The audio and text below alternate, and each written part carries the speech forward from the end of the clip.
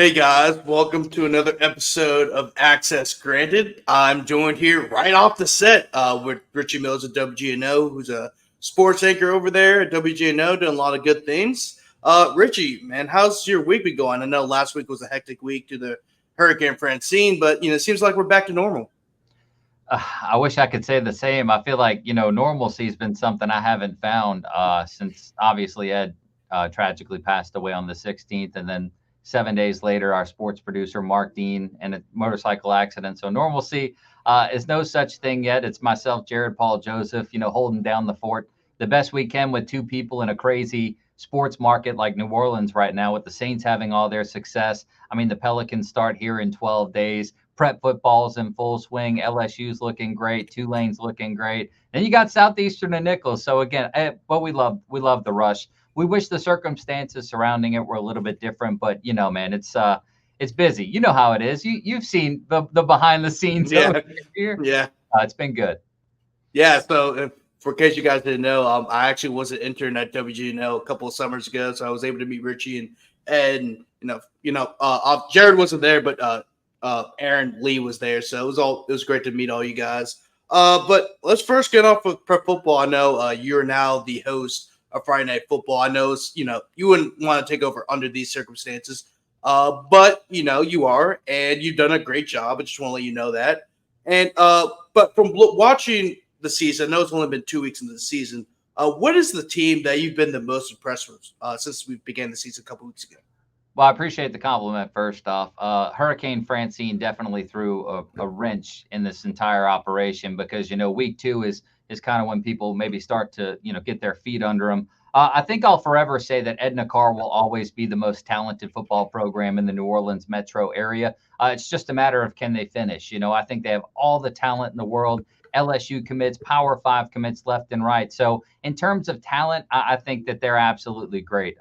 Brother Martin's a favorite of mine that I enjoy watching. Of course, head coach Mark Bonish, when you ask him about his team, he might undersell them, but then when they take the field to play, they overperform. I mean, they're talented, in really a lot of positions left and right. The Catholic League in itself is kind of unpredictable, kind of an even field. But if you force, held a gun to my head and you say pick one team that I really, really like, I'd have to go with Rummel. And I have to say it for this reason right here.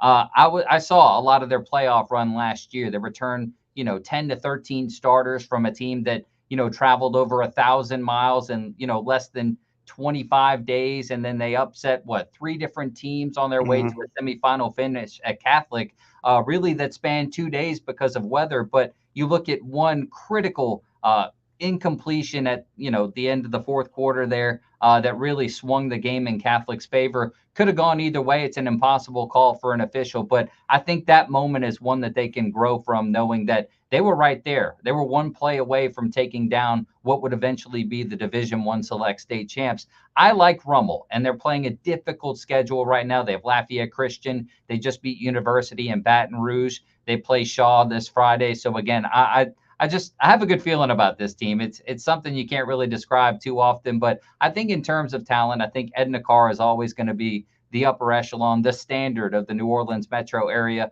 But I think I really like a team like Rummel. Yeah, and has there been any sleeper teams that you might want to mention that a lot of people aren't talking about? I know that JFK has been one of those teams. Of course, they just upset Warren Easton, and that was a team I actually said before the season is like this team has the makings of a state title run, just because of off the pieces they have with the quarterback, the receivers, the line of scrimmage, the defense. I mean, you name it all. But besides JFK, of course, I mean, I just mentioned them. Is there any other teams that we may need to look at as well? Well, I'm glad you mentioned JFK because that's what immediately popped in my head because, BB Cosby, who's now at LSU, has sort of, started this wave of Power Five attention for what is JFK football, which is a program on the rise. And then to watch them do what they did against Warren Easton, I mean, that was super impressive. I mean, they had a young man, James Evans, who had 3 touchdowns in the first half. Their quarterback, Amani Darrensburg, I mean, he was super impressive. I just love the swagger, the intensity that they played with. And I don't think they're going to catch anyone off guard anymore. I mean, they have Santa Friday night. So I really like JFK and what they've seen. As far as any underrated football teams, ooh, you put me on the spot here. This is a good one.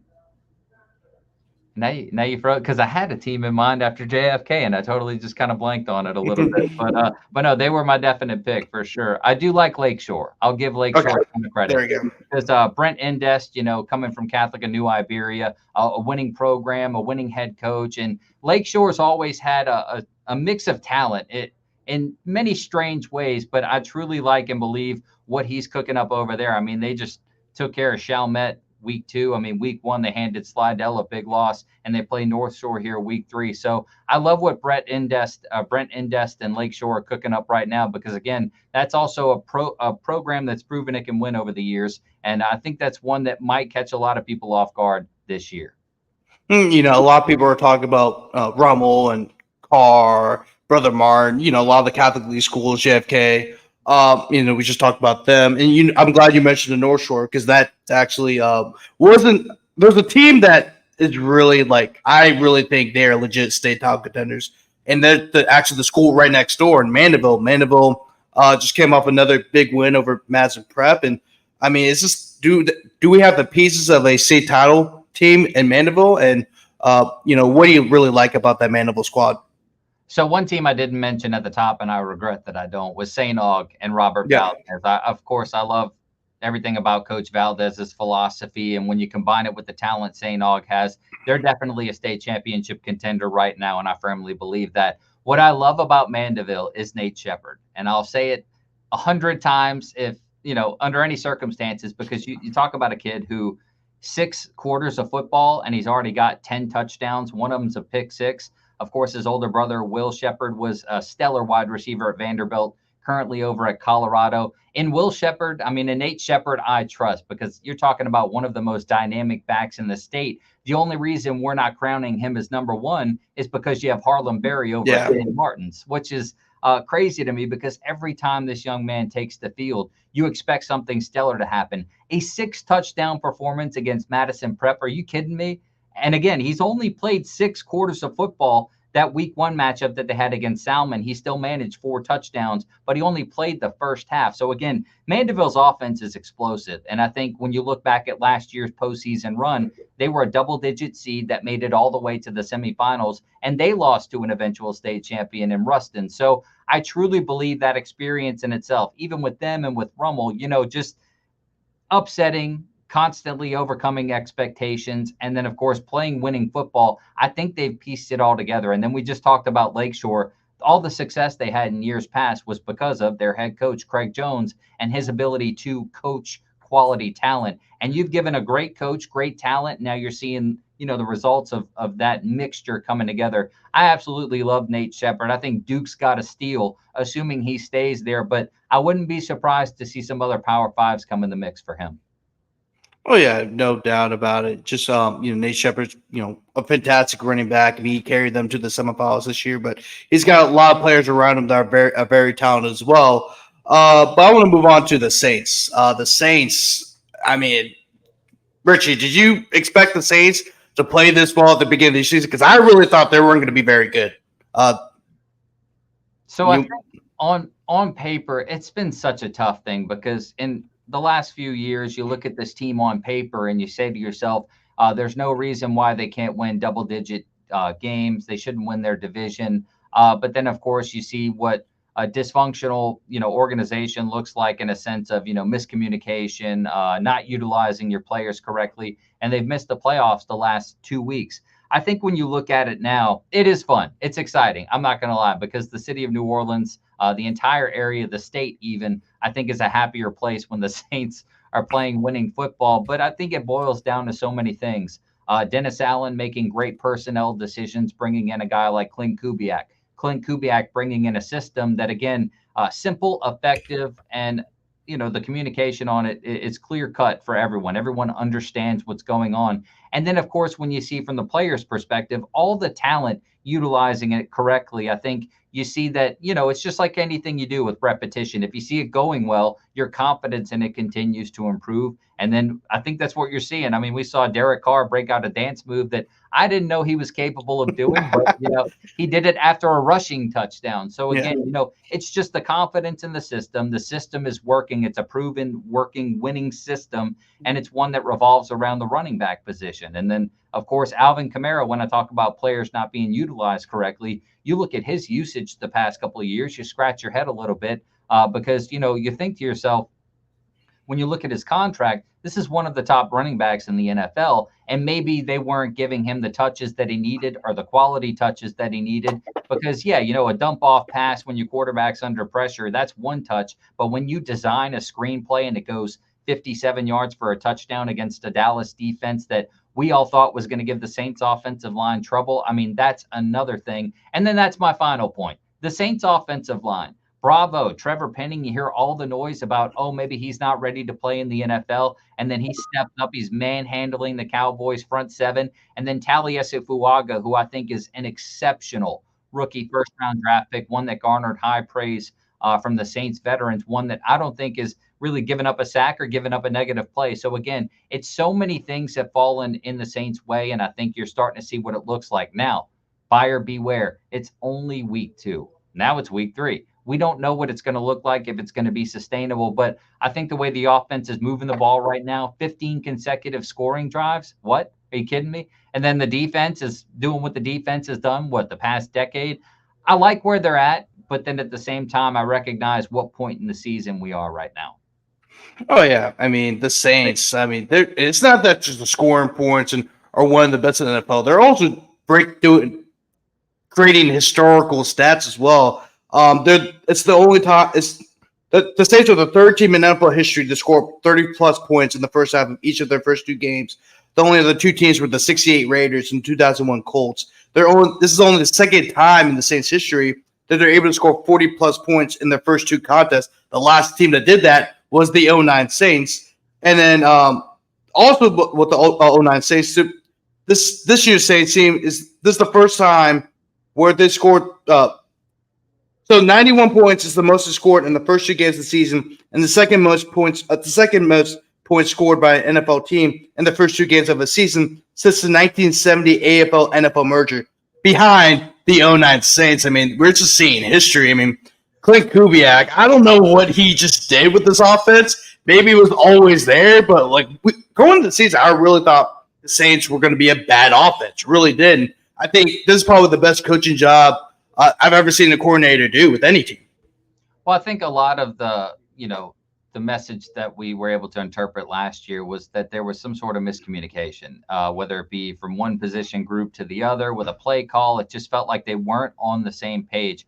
I think what Clint Kubiak's done is he's taken a successful, complex, yet, effective system, made it clear for the players to understand. Everyone understands their roles. And, some of the quotes you get from players in the locker room, I think, are a good indication of just how much they enjoy the offense. I mean, earlier in training camp, Jamal Williams said, "Me likey." And then Chris Olave is talking about, how much it puts playmakers in a position to be successful. And then when you see it translate to the football field, every completion of Chris Olave, the nearest defender to him is 2 to 3 yards away. I mean, Derek Carr is making simple but effective throws. He's not going out there. He's not doing too much. And I think that's something that, you've seen is that Clint Kubiak has made it to where it's concise in a sense where everyone understands, everyone's on the same page. The only thing left to do is just go play football. And I think that's what we're all seeing right now. And it's fun. It is fun. I mean, over 400 yards of offense in consecutive games after a year where they only scored, 30 or more, maybe a handful of times.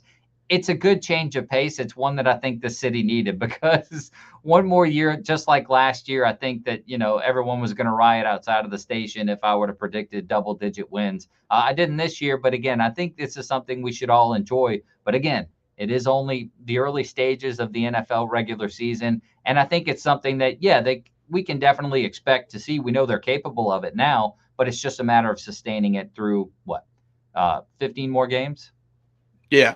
That's a lot of games, man. The next stretch of games, it's tough. I know they got the Eagles this week, but you also got your division opponents with the Falcons and the Buccaneers, but then you also have the Chiefs as well. I mean, that's a tough stretch of games. So if you start off the season 3-0, get this win against the Eagles, I believe the next few games won't be as dire, right? Because if you start the season 3-0, and then once you start getting the heat of your schedule, I mean, it makes it much easier for the Saints. I mean, what you got to say about that?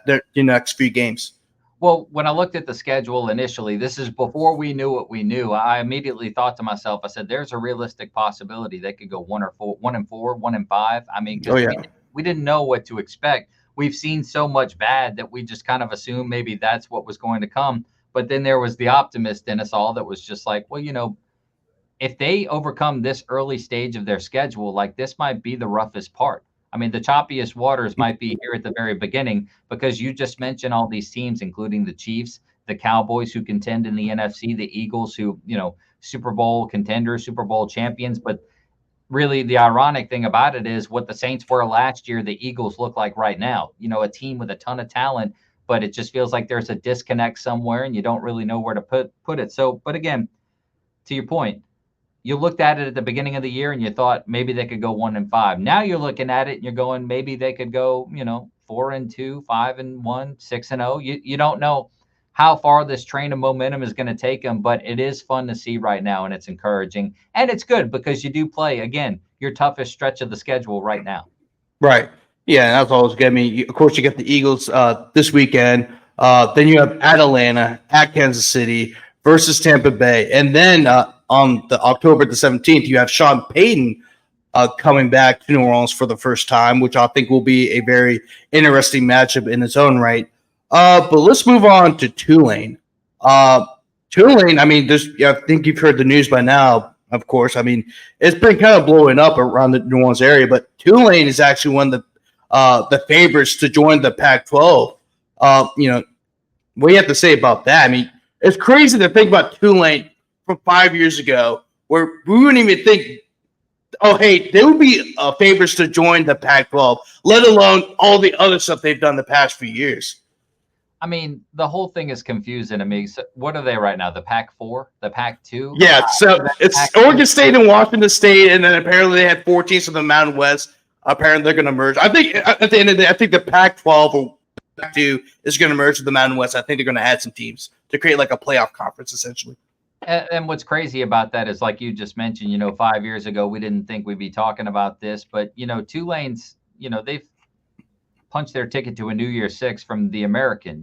They've been in the quote discussion for New Year's Six bowl games in the American.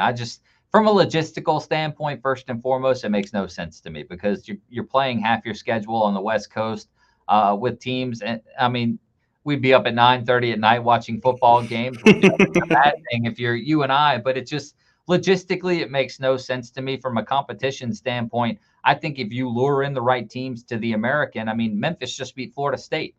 Yeah. UAB is a solid football program. Like you have all these great, I mean, SMU, who just won the conference, left. So again, it's not like the American doesn't have quality competition. Right. I mean, you've seen in recent weeks they do. I mean, logistically and from a competitor standpoint, it just kind of makes no sense to me why you would want to go, knowing that if you continue to win, you continue to post double-digit wins, I guarantee you a better offer is going to come available, like we've seen with UCF in recent years with the Big 12, Houston and them just went there. I mean, there's a track record, there's precedence of the fact that if you have success in the American, big things await you a little bit closer to home. You don't necessarily have to go to California. Oh, yeah, and I've just kind of read this article from Bleacher Report. So, according to Chris Vanini of The Athletic, the Pac-12 has identified Memphis and Tulane as his top targets. And then he also mentioned Texas San Antonio, North Texas, South Florida, and Texas State are also teams that the Pac-12 is looking for. But right now, believe the teams that they're trying to add are Boise State, Colorado State, Fresno State, and San Diego State. Those are teams I know for a fact are joining the Pac-12. But I think, like you said, it doesn't make sense to travel to California, but I think that's why they're all just trying to get teams from Texas as well to try to even out the divide. Because you got obviously the ACC, not only have SMU traveling to like Boston College, but you also have Cal traveling to Florida State. This weekend, so you're trying to limit the travel costs. Yeah, no, I think it benefits the whatever they are, more to add teams like Memphis and Tulane, that it would benefit Memphis and Tulane to join the pack. So I think Right. is something that I think people are aware of and conscious of, because like, like we just said, teams that have been successful in the American, there is a route to bigger conferences a little bit closer to home. So I think there's just a track record there that can be followed. I think it's great, first of all, that Tulane is in this discussion, because I think it's more than just football. I mean, when you look at the baseball program, Yes. back conference championships, you have Ron Hunter in a basketball program that is now, been competitive. We're talking about winning basketball. I know they struggled last year, but his ability to coach at a high level to attract top tier talent. I mean, last year they had their first 5-star basketball recruit transferred to Tulane from Yeah. Michigan, Greg Lynn Mhm. III. This Yeah. year you have 4 stars left and right. I mean, I think it's more than just the football thing, but I think if you're Tulane and the athletics department as a whole, you're kind of smiling, because the national perception of you right now is that you are a winning athletics program. Right. And, speaking of Tulane football, to kind of moving off the Pac-12 subject, I know they're coming off of 2 straight losses to Kansas State and Oklahoma, although they both played them really tough, which says a lot about, the talent level, the talent that Tulane has, and they could play up to that level. But if there's one bright spot from those 2 games, I mean, really, or even the last 3, including the home opener, I mean, Darian Mensah has been awesome. I mean, I know, Michael Pratt was a pretty good quarterback in his own right. I mean, he led Tulane to the American Athletic Conference Championship and then led him to the Cotton Bowl victory. But Darian Mensah just stepped in, and he's already, looked like a dude, like a straight up dude who, I mean, he's probably the best quarterback right now in the state of Louisiana based off of how he's done the last 3 games, if you really think about it. Even more so than Nussmeier. I think Nussmeier's played great, but Darian Mensah, I mean, he's a dude. I think the only way I would negate that argument is because Garrett Nussmeier accounted for every LSU touchdown. Yeah. So I think in that regard, I think I would pick Nussmeier. But no, Darian Mensah, for being a redshirt freshman, I mean, he looks calm, cool, collected as ever. And, you are surprised a little bit because you watch him play and then you're just like, man, this guy is just operating on a whole different level. His moxie's up there. He's already won over the veterans on the club. And he makes plays. I mean, that's the most important thing. I think ball security has kind of become an issue the past couple of games. But, again, this is a redshirt freshman going through 2 of the toughest losses he's faced in his college football career against 2 top 15 teams. I think, that's something people lose sight of when you say, oh, maybe his ball security wasn't great. He's played quality competition. Kansas State's in the top 15. Oklahoma is in the top 15. I mean, these are 2 programs that, are competing for playoff spots. And then you have a team like Tulane, who we knew from jump. They were young, but they were super talented, really have these 2 programs on the ropes. I mean, Tulane was up 10 Kansas State at halftime. That was a game that we all thought they were going to pull out. I confidently picked them to win that game. And in my mind, I'm like, oh, here we go. This is crazy. But Darian Mensah threw for 342 and 2 touchdowns. I'm not going to count the interception at the end that he threw because there was some, officiating. Yeah.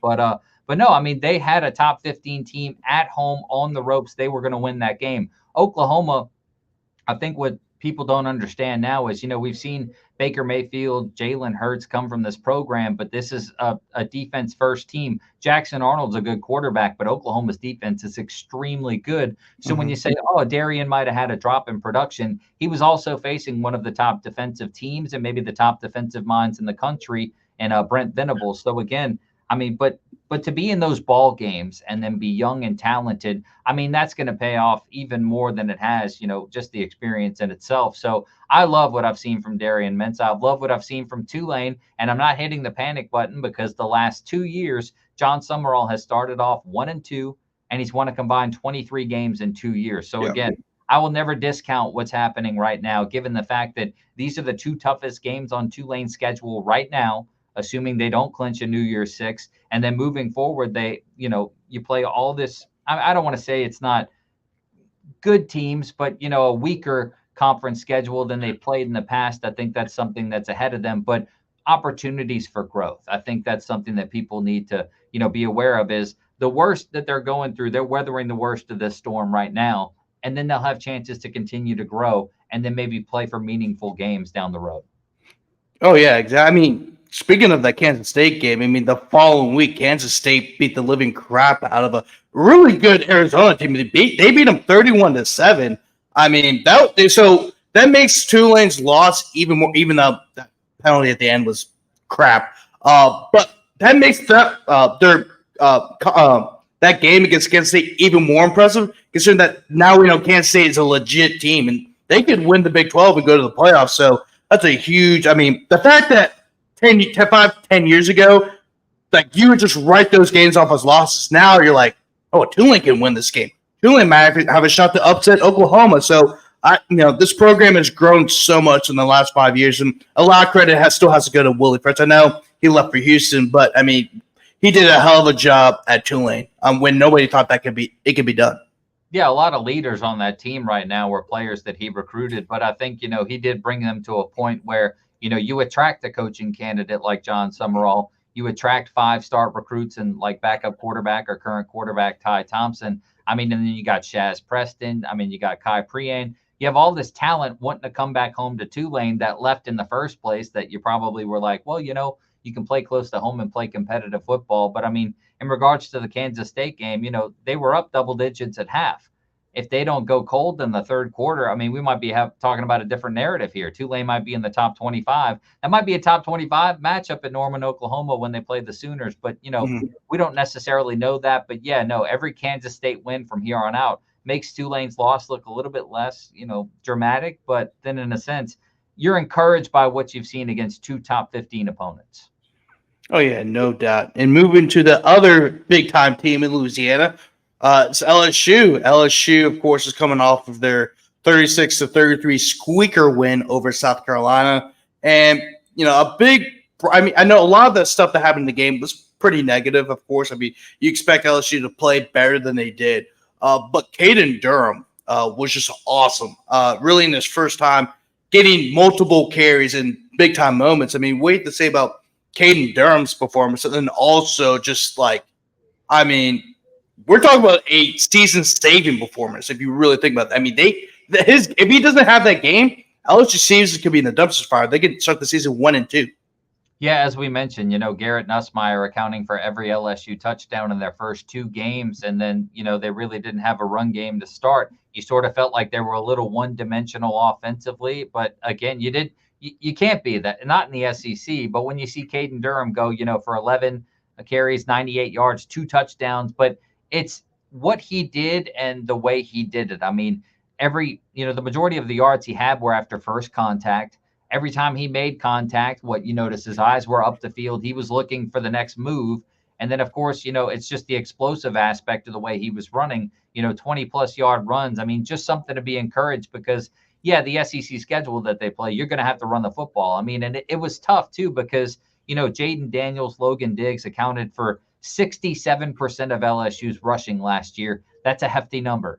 So you needed to rely on someone, and you thought it was going to be Josh Williams. You thought it was going to be Caleb Jackson. Even John Emery, before he got hurt, when he broke out in that first game, kind of, limited opportunities, but still you were encouraged by what you saw from him. I love the fact that Caden Durham did what he did, and he did it as a freshman. I think you have a chance to send a message now saying that, we're going to ride the hot hand, and I think they should. Why don't you? I think you owe it to yourself to establish a run game, and if this young man is the answer, then why not? Oh, yeah, no doubt. I mean, the thing is, I was actually doing my research for an article. I was writing for Crest City Sports about Caden Durham's performance, and really kind of reminded a lot of people of Jeremy Hill's performance because South Carolina back in 2012, where South Carolina was the number 3 team in the country. They were undefeated, and LSU managed to upset South Carolina. But then also you have to go almost 10 years beforehand to Justin Vincent's performance, where he had his first breakout game against South Carolina in his very first start, and the rest of the way he was the catalyst for LSU's first national championship in over 35 years. I mean, it just seems like South Carolina, if you have a freshman running back, he's almost guaranteed to have a breakout game against South Carolina. It's been kind of weird, though, too, because when you traditionally think of LSU football, you think of good quality defense, and then you think of a sound run game. I mean, they've been blessed by the fact they've had 2 Heisman Trophy quarterbacks, this past decade. But again, it just felt kind of odd those first couple of games when you couldn't really establish a ground game. You had quality quarterback play. I mean, Garrett Nussmeier, I think, is only getting better, and I think that's a positive sign, but you needed a running back to step up. And as you kind of felt like Brian Kelly was saying in every press conference that he had, is that, somebody has to make a man miss. Somebody has to step up and take the reins and say that they want to be the guy. And I think Caden Durham, 11 carries, but he made the most of each and every opportunity. No doubt. And I want to mention somebody else before I let you go. Kyron Leaf, of course, having a breakout year. I believe he leads the SEC receiving touchdowns. I mean, that's a guy who's a New Orleans native. But I want to talk about another New Orleans native, and that's Aaron Anderson. Aaron Anderson, last year didn't really have the year that he wanted to have. It's almost like, he was kind of left behind. And a lot of that had to do with Malik Neighbors and Brian Thomas just being absolute freaks on the outside. But then also he dealt with some injuries. And then when he got on the field, of course, going back to the Florida State game last year, he muffed the punt. And really, that I felt like that kind of, started his downward trajectory last year. But this year, I mean, he leads the team in receiving yards at 223 yards. He also has a touchdown. But also, he's just been a blanket receiver for Garrett Nussmeier. He's often turned to him in a lot of big time moments. So what do you have to say about Aaron Anderson's performance throughout the year? Oh, wow. You can attack this from so many different angles. I'll start here.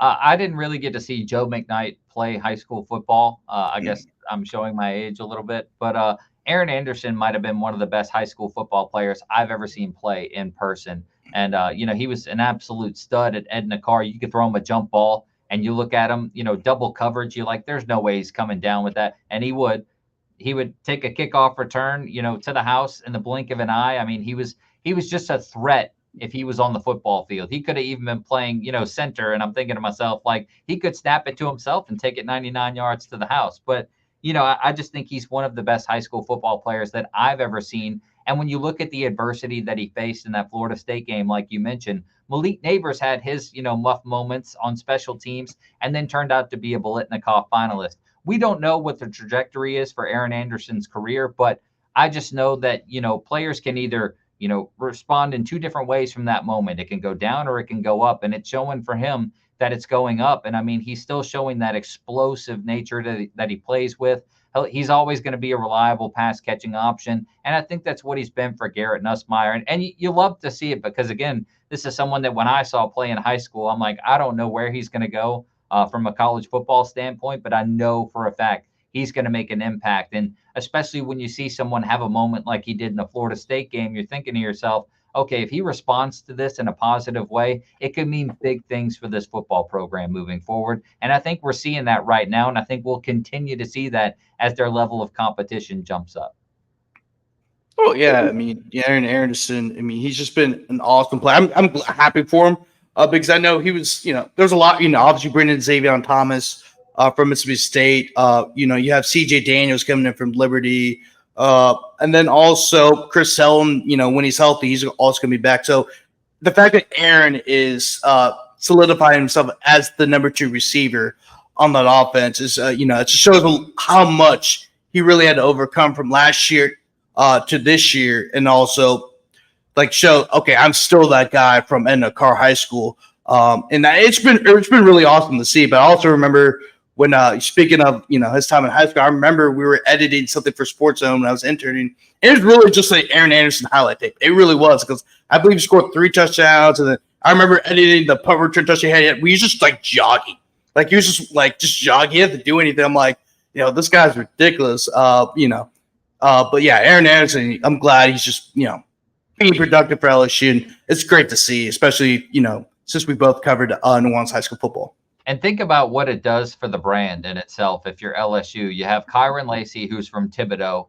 showing out like he is right now, like we expected him to do. Then you have Aaron Anderson, who transfers to LSU from Alabama. Everyone's like, whoa, what are you doing? And now you're also a key contributing piece for this team. Xavier Thomas went to John Ehret. I mean, that's something that, people should be more conscious of, is that, these are 3 dynamic playmakers in the LSU receiver room that all hail from this area.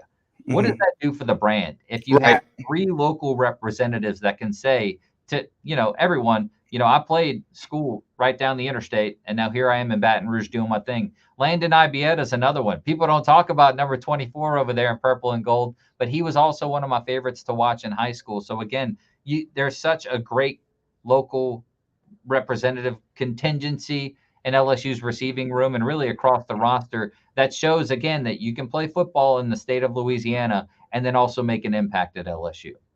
Oh, and yeah. Anywhere too, Tulane as well. So, Mhm. you can stay home and play quality college football. Oh yeah, no doubt. That's the thing. Like it doesn't hurt to stay home, and even if it doesn't work at LSU, you could go over to Tulane, where they've done a great job developing players.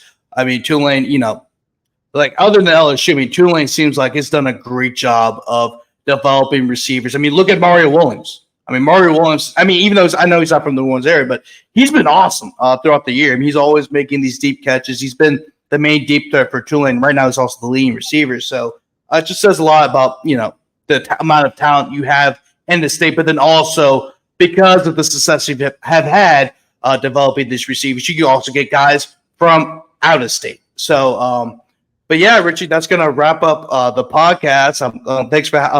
Thank you for joining me on the podcast. I know you've been a busy man. I know there's a lot of stuff going on with WGNO, but anyway, you want to also promote Friday Night Football this week because I know it's going to be a big show. Oh my God! Always is, yeah.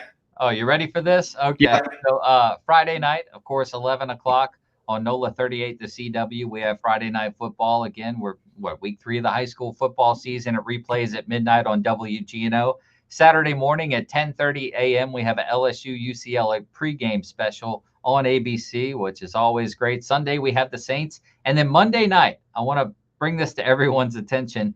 We have a Heisman football pregame special for Jaden Daniels' first NFL matchup with Joe Burrow. That's also on Monday Night Football. So, yeah, no, we've been busy over here. I've contemplated sleeping in that sports office. You've seen what it looks like. I could use a helmet as a pillow, but no, we're busy, but we wouldn't have it any other way. We wish the circumstances surrounding the workload were obviously different because, we lost 2 great people, 2 great workers. But again, we owe it to them to give our best right now, and that's what we're doing.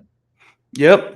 Yeah. I mean, you guys dealt with a lot, but you guys are still going through it. I mean, you guys have done a fantastic job, not only with Sports Zone, but with Friday Night Football and keeping that going. And, your coach, JT Daniels, I'm glad, JT Curtis, I'm glad he's back and, just, doing what he does. I know he's without Ed, but, it's always great to see him come back and still do his thing along with you. And I think that's, to be in that room with JT, it's got to be pretty heavy for you. Well, you've been in a room with JT, but hosting a show with JT Curtis, I mean, that's something.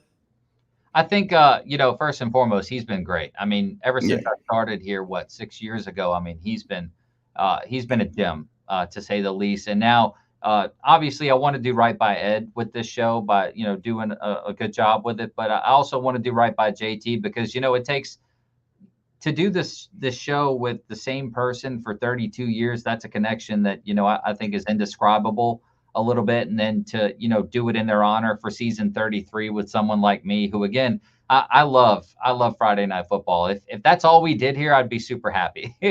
But, I want to do right by JT, obviously. And he's been fantastic, to say the least. It's my job to set him up for success and then let him take us home because, the all-time winningest high school football coach in high school football history, I mean, is standing right next to me. It's important that, he gets out what he needs to say because people are going to care a lot more about what he has to say than me. So I'm sorry that you picked me to do this podcast, but no, I definitely want to do right by JT in that regard as well. Oh yeah, no problem. But anyway, make sure to like this video, subscribe to Ruger Sports, Sports Media's YouTube channel, as long as follow us everywhere that you just like to use, whether it's Instagram, Twitter, Facebook, you name it. Richie Mills at WGNO. Thank you, Richie, for hopping on. I know you got a busy weekend this week, so let's get to it, man. I'm excited. I'm excited for this week. We got high school football. You got the Saints. You got LSU versus UCLA, and then of course Monday night you have the Commanders and the Bengals, and 2 of Louisiana's favorite football players coming back to play in the game against each other. Yeah. Thank you. No problem.